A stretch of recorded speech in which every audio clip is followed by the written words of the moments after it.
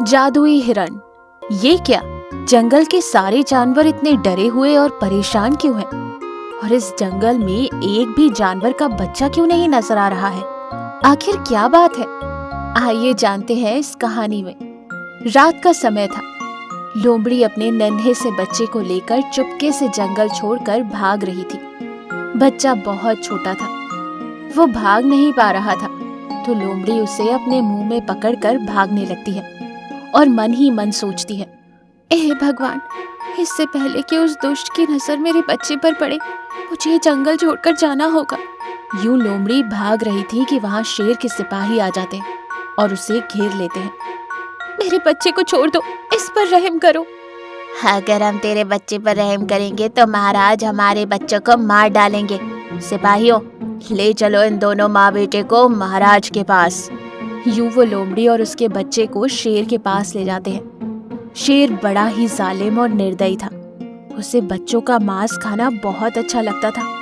जंगल में जब भी कोई जानवर बच्चे को जन्म देता तो शेर के सिपाही उस बच्चे को उठाकर शेर के पास ले जाते और शेर उन्हें खा जाता।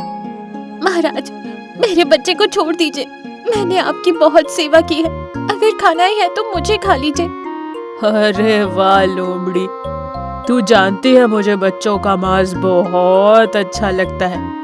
वैसे भी तेरी हिम्मत कैसे हुई जंगल छोड़कर भागने की? सिपाहियों, गिरफ्तार कर लो इस लोमड़ी को और इसे पिंजरे में कैद कर दो। इसे 1 हफ्ते तक भोजन मत देना। शेर के सिपाही लोमड़ी को पिंजरे में कैद कर देते हैं और शेर बड़ी ही बेरहमी से लोमड़ी के बच्चे को मारकर खा जाता है। ये देख लोमड़ी फूट फूट कर रोने लगती है। दिन यूं ही बीत रहे थे कि एक दिन उसी जंगल में रहने वाली हथनी गर्भवती थी। वो बहुत ही उदास जंगल में घूमते हुए अपने मन में सोचती है, बेटा, मैं तेरे आने की खुशी मनाऊं या फिर तेरी मौत का गम? यूं हथनी अपने ही ख्यालों में जा रही थी कि रास्ते में एक गड्ढा जिसे वो देख नहीं पाती। गड्ढे के करीब जब वो पहुंचती है तो उसे एक आवाज सुनाई देती है। वो एकदम से रुक जाती है। अरे कहाँ खोई हो? सामने गड्ढा है, दिखाई नहीं दे रहा।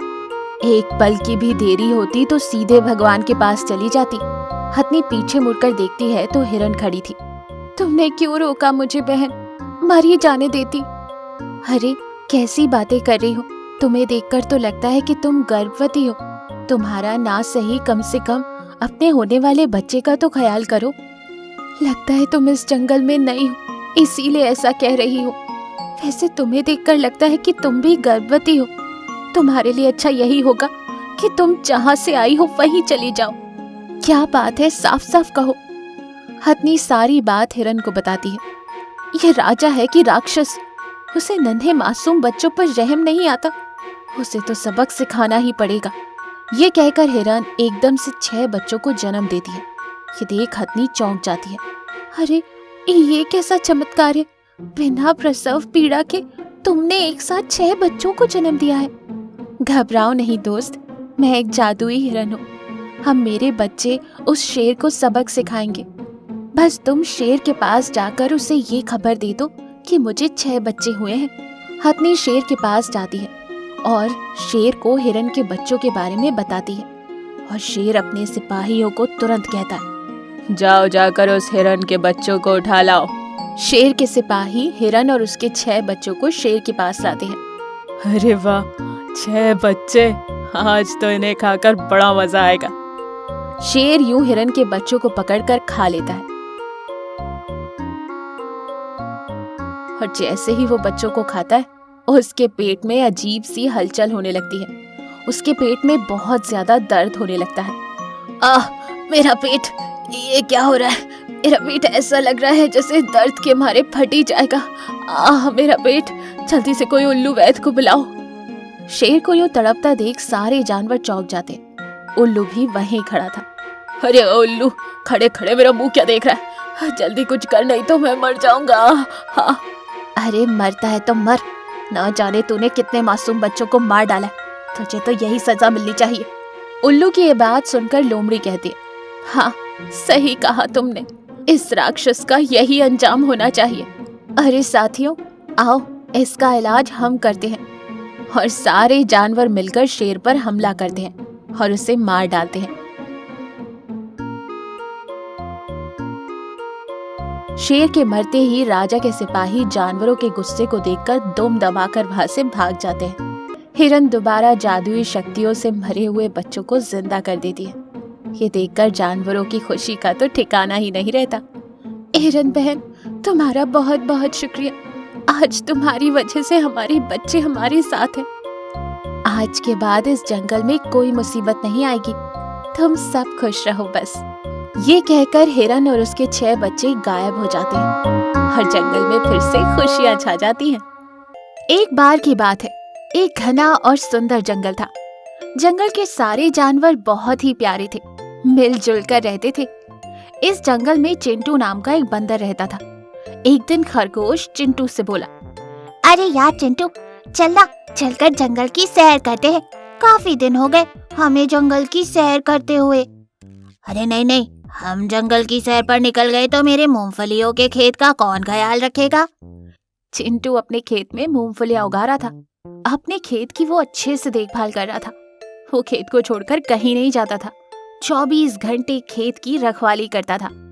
अरे यार, जब से तूने ये मूंगफलियों की फसल लगाई है, तेरे पास तो मेरे लिए वक्त ही नहीं है। ठीक है, चल मैं खुद अकेला ही जाकर जंगल की सैर करता हूँ।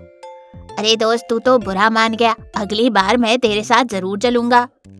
खरगोश बिना कुछ कहे वहां से निकल रहा था कि चिंटू बोला, दोस्त संभल कर जाना, शाम ढलने से पहले वापस भी आ जाना। खरगोश वहां से चला जाता है। चिंटू अपने खेत में इधर उधर घूमने लगता है कि तभी वहां लोमड़ी और हाथी बातें करते हुए आ रहे थे। उनकी नजर चिंटू के खेत पर पड़ती है। अरे वाह, लगता है चिंटू तेरी मेहनत रंग लाई। देखना कितनी अच्छी फसल हुई है। हाँ, सही कहा। अरे चिंटू, हमें कब खिला रहा है मूंगफली? अरे खिलाऊंगा खिलाऊंगा, सबको खिलाऊंगा, बहुत जल्दी ही खिलाऊंगा। अरे चिंटू, मैं पहले ही कह देती हूँ, मूंगफली सबसे पहले मैं खाऊंगी। ये लो, फिर तो हम मूंगफली खाने से रह गए। क्या मतलब है तेरा? अरे हाथी बहन, तुम अपने आकार को देखो और तब बात किया करो।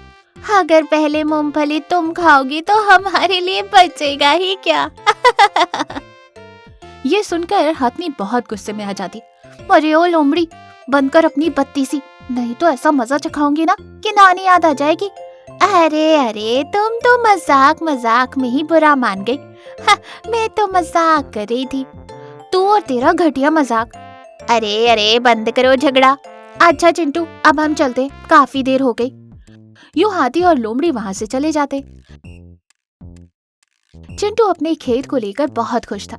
अगले दिन लोमड़ी जंगल में घूम रही थी कि उसकी नजर फिर से चिंटू के खेत पर पड़ती और वो अपने मन में सोचती है, अरे अगर हाथी पहले चिंटू की मूंगफली खा लेगी तो शायद मेरे हिस्से में कुछ नहीं बचेगा।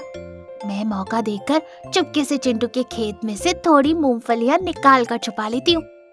यूं लोमड़ी सोच ही रही थी कि वहां खरगोश आता है। अरे लोमड़ी, कौन सा ख्याली पुलाव पका रही हो? अरे खरगोश, नहीं नहीं, मैं तो बस यूं ही जंगल में टहल रही थी। यूं वो दोनों बातें कर रहे थे कि अचानक चिंटू जोर जोर से चिल्लाने लगता है, हाय मेरी मूंगफली, मेरी मूंगफली, किसी ने चुरा ली मेरी मूंगफली। यूं चिंटू जोर जोर से चिल्ला रहा था। ये देखकर लोमड़ी और खरगोश भागते हुए उसके पास पहुंचते। अरे चिंटू, क्या हुआ? तू क्यों इतना परेशान है? लोमड़ी चिंटू के खेत की ओर देखते हुए अपने मन में सोचती है, अरे मैं तो बस सोच ही रही थी थोड़ी सी मूंगफली चुरा लूं, पर यहाँ तो किसी ने पहले से ही काम को अंजाम भी दे दिया। अरे चिंटू, ये तेरे खेत को क्या हो गया? किसने तेरी मूंगफलियां चुराई? पता नहीं, रात को तो फसल अच्छी थी। यूं चिंटू उदास हो रहा था कि खरगोश कहता है, अरे दोस्त उदास मत हो, जल्दी ही हम चोर को पकड़ लेंगे। हाँ चिंटू, तो उदास मत हो। ये कहकर लोमड़ी और खरगोश वहां से चले जाते। अगले दिन भी चिंटू के खेत में चोरी होती है। चिंटू के कुछ समझ नहीं आ रहा था कि आखिर चोरी कौन कर रहा है। अरे चिंटू, फिर से तेरे खेत में चोरी हो गई। आखिर ये चोर है कौन? हम इसे कैसे पकड़े? अरे मैं तो रात भर सोया भी नहीं और खेत की ओर कोई आया भी नहीं। क्या तुमने किसी को नहीं देखा, फिर भी चोरी हो गई? कहीं ये भूत प्रेत का काम तो नहीं? अरे ओ नालायक, चुप कर। क्यों डरा रहा है? भूत प्रेत कुछ नहीं होते। कि तभी वहाँ हथनी आती है। अरे चिंटू, तू उदास ना हो, आज हम सब मिलकर खेत की रखवाली करेंगे, देखते हैं आखिर मांजरा क्या है। यूं वो सब मिलकर खेत की रखवाली करने लगते हैं। अरे दोस्त, हम सब मिलकर साथ में ही रहते हैं, पता नहीं वो भूत कब और कहाँ से आ जाए। अरे तो फिर से भूत का नाम लेने लग गया। अगर फिर से भूत का नाम लिया ना तो मैं तुझे मारकर तुझे ही भूत बना दूंगी। यूं लोमड़ी बोल ही रही थी कि अचानक से खेत में हलचल होती है। अरे देखो देखो, वहाँ खेत में हलचल हो रही है, पर कोई दिखाई नहीं दे रहा। हाँ, वहाँ कोई ना कोई तो है, पर दिख क्यों नहीं रहा? मैंने कहा था ना कि भूत प्रेत का ही काम है। आलतू चलालतू आई भला को डालतू, आलतू चलालतू आई भला को डालतू। अरे बाप रे, खरगोश तो सही कह रहा था। देखो भूत जी, आपको जितनी मूंगफली खानी है खा लो, हमें कुछ मत करो। लोमड़ी और खरगोश तो डर के मारे थर थर कांप रहे थे। तभी हाथी और चिंटू धीरे धीरे उस आहट की ओर बढ़ते और वहां के नजारे को देखकर वो दोनों एकदम से चौंक जाते। चिंटू जोर से चिल्लाता है, तुम! चिंटू की आवाज सुनकर खरगोश और लोमड़ी उन दोनों के पास जाते और वो भी उस चोर को देखकर चौंक जाते। वो चोर कोई और नहीं बल्कि चूहा था। ये लो जी, खोदा पहाड़ और निकला चूहा। वैसे ये खरगोश भी ना हर छोटी बात पर डर जाता है। अच्छा जी, मैं डर गया था। अरे तुम्हें मूंगफली चुराने की क्या जरूरत थी? मुझसे ही कह देते, मैं तुम्हें दे देता। चिंटू, मुझे माफ कर देना, मूंगफली बहुत ही स्वादिष्ट थी तो मैंने चुरा ली। अब मैं कभी ऐसा नहीं करूँगा, मुझे जाने दो। चिंटू चूहे को माफ कर देता है और फिर सब मिलजुल कर खुशी खुशी मिल बांट कर मूंगफली खाते हैं।